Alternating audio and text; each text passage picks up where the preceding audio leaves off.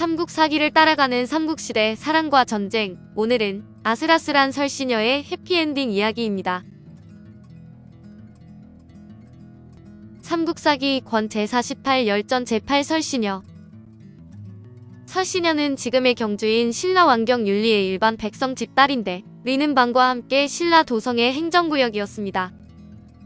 비록 가난하고 보잘것없는 집안이었으나 용모가 단정하고 뜻과 행실이 단정하여 보는 사람들은 아름다움에 감탄하지 않음이 없었으나 감히 가까이 하지 못했다고 합니다.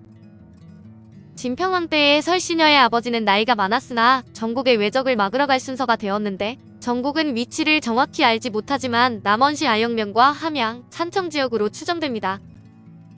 진평왕은 신라 제26대 왕으로 579년에서 632년까지 재위를 했는데 아버지는 진흥왕의 맏아들인 동륜태자이고 어머니는 김씨로 갈문왕 입종의 딸인 만호 부인입니다. 왕비는 마야 부인으로 갈문왕 복승의 딸인데 진흥왕 때의 활발한 대외 팽창을 바탕으로 중앙행정관서를 크게 정비했고 대외적으로 수어 당과의 외교를 강화한 왕입니다. 설시녀는 아버지가 노쇠하고 병이 들었으므로 차마 멀리 떠나보낼 수 없었고 또 여자의 몸이어서 대신 갈 수 없음을 안타까워하면서 다만 스스로 근심하고 괴로워할 뿐이었습니다. 양부와 함께 신라 김씨 왕실의 구성원들이 속했던 사량부의 소년 가실은 비록 매우 가난하여 보잘것없었으나 그 부모의 뜻을 받들어 자기의 뜻을 기르는 고든 남자였습니다. 일찍부터 아름다운 설시녀를 좋아했으나 감히 말을 하지 못하였는데 설시녀가 아버지가 늙은 나이에 군대를 따라 전쟁터에 나가야 함을 걱정한다는 소식을 듣게 됩니다. 가실은 설시녀를 찾아가 말하기를 저는 비록 나약한 사람이지만 일찍부터 뜻과 기계를 자부하여왔습니다. 변변찮은 몸으로 아버님의 군역을 대신하기를 원합니다. 라고 하였습니다. 이 말을 듣고 설시녀가 정말로 기뻐하여 들어가 아버지에게 아뢰었는데 아버지는 가실을 불러놓고 이렇게 말했습니다. 듣건대 그대가 늙은이가 가는 것을 대신하고자 한다고 하니 기쁘면서도 두려움을 금할 수 없네. 보답할 바를 생각하여 보니 만약 그대가 우리 딸이 어리석고 못생겼다고 버리지 않는다면 원하건대 어린 딸을 주어 아내가 되어 섬기게 하겠네. 이에 가실은 2번 절을 하고 감히 바라지 않았는데 이는 원하던 바입니다.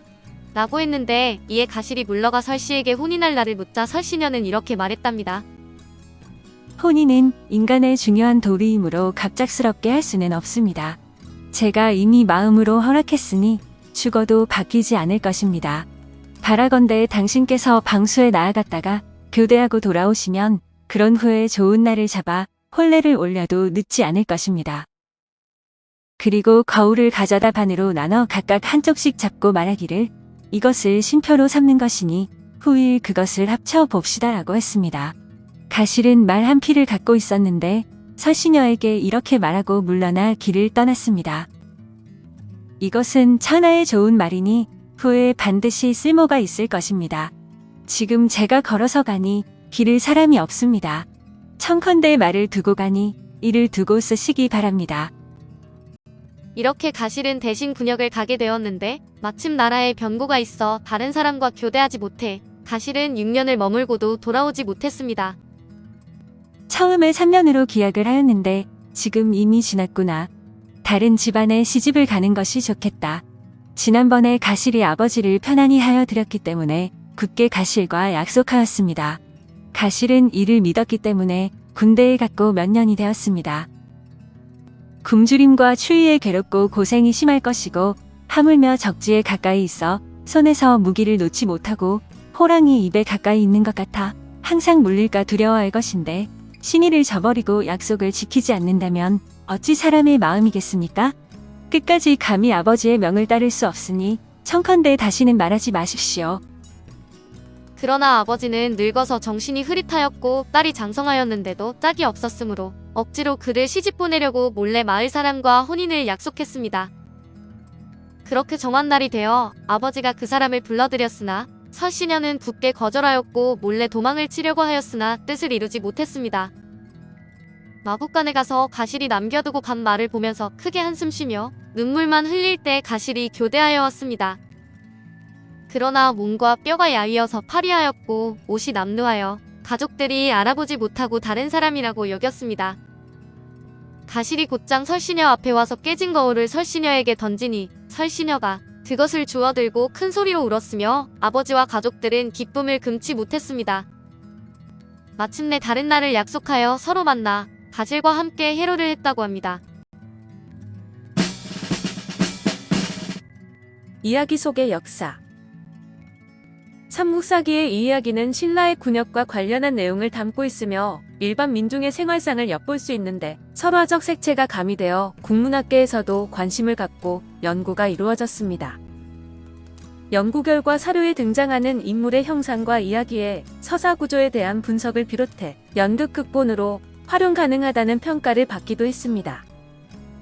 설시녀전은 진평왕을 배경으로 하며 주인공인 설시녀는 경주윤리의 여염집 여자라고 되어 있지만 신라시대 설씨는 대표적인 육두품 성씨였습니다. 그 때문에 그녀는 원래 육두품이었으나 경제적으로 몰락하면서 평민과 같은 처지에 놓였으리라 견해가 제시되기도 했습니다. 하지만 같은 성을 갖고 있다고 신분이 동일하다고 보는 것은 곤란하며 설시녀가 가난하고 세력도 없는 외로운 집안 출신으로 기록되어 있어 평민이나 백성층으로 봐야 한다는 주장이 더 설득력이 있습니다. 또한 집안이 몹시 가난하였다는 가실도 평민층이었을 가능성이 높아 설시녀전은 6세기 후반에서 7세기 전반 신라 평민층의 삶을 반영한다고 할 수 있습니다. 그런데 설시녀의 아버지는 나이가 많지만 변방으로 가서 외적의 침입을 막는 군역의 의무를 져야 했는데 이런 사정을 알게 된 가실이 설시녀와 혼인하는 조건으로 설시녀 아버지의 군역을 대신했습니다. 그리고 가실은 당초 설시녀의 아버지를 대신해 3년 동안 변방에서 복무할 예정이었지만 나라의 변고로 인해 6년 만에 돌아오게 됩니다. 7세기 말 신라에서 작성된 것으로 알려져 있는 신라촌락문서에도 군역의 부담사항이 명기되어 있는데 문서가 3년마다 작성되어 군역의 복무기간도 3년이었음을 알 수 있습니다. 또한 가실이 6년 동안 복무를 하게 된 것은 나라의 변고 때문이 아니라 설시녀의 아버지가 져야 할 군역뿐 아니라 자신의 군역까지 맞춰야 했기 때문으로 파악하기도 합니다. 어떻게 해석하든 일정한 연령층의 남자는 3년을 단위로 하는 군역의 의무가 적어도 한 차례 이상 부과되었음은 분명한 것 같습니다. 다만 설시녀의 아버지가 나이가 많았음에도 군역의 의무를 져야 했다는 점, 가실이 소년이었다는 점을 고려하면 군역 대상자의 연령층은 그 폭이 제법 넓었던 것으로 추정됩니다. 그런데 가실이 대신 군역을 지러 갔다는 사실은 굉장히 흥미로운데 군역을 대신하는 것이 보편화되었는지 아니면 이 사례가 드문 경우인지는 알 수 없습니다. 그렇지만 나이가 많고 병든 사람을 대신해 역의 의무를 지기 위해 변방으로 떠난 가실의 예를 통해 평민층의 고단했던 삶의 한 단면을 충분히 엿볼 수 있으리라 생각됩니다. 설시녀와 가실은 모두 당시의 수도였던 경주에 살고 있어 도성에 거주하던 사람들이 사회 경제적으로 다양한 계층으로 나뉘어 있었음을 알 수 있습니다. 또한 설시녀와 가실의 사례처럼 가난한 처지에 있던 사람도 적지 않았던 것으로 여겨지는데 이처럼 설시녀전은 군역은 물론 평민층 생활에 대한 내용을 담고 있는 흔치 않은 자료입니다. 삼국사기를 따라가는 삼국시대 사랑과 전쟁, 오늘은 아슬아슬한 설시녀의 해피엔딩 이야기였습니다. 감사합니다.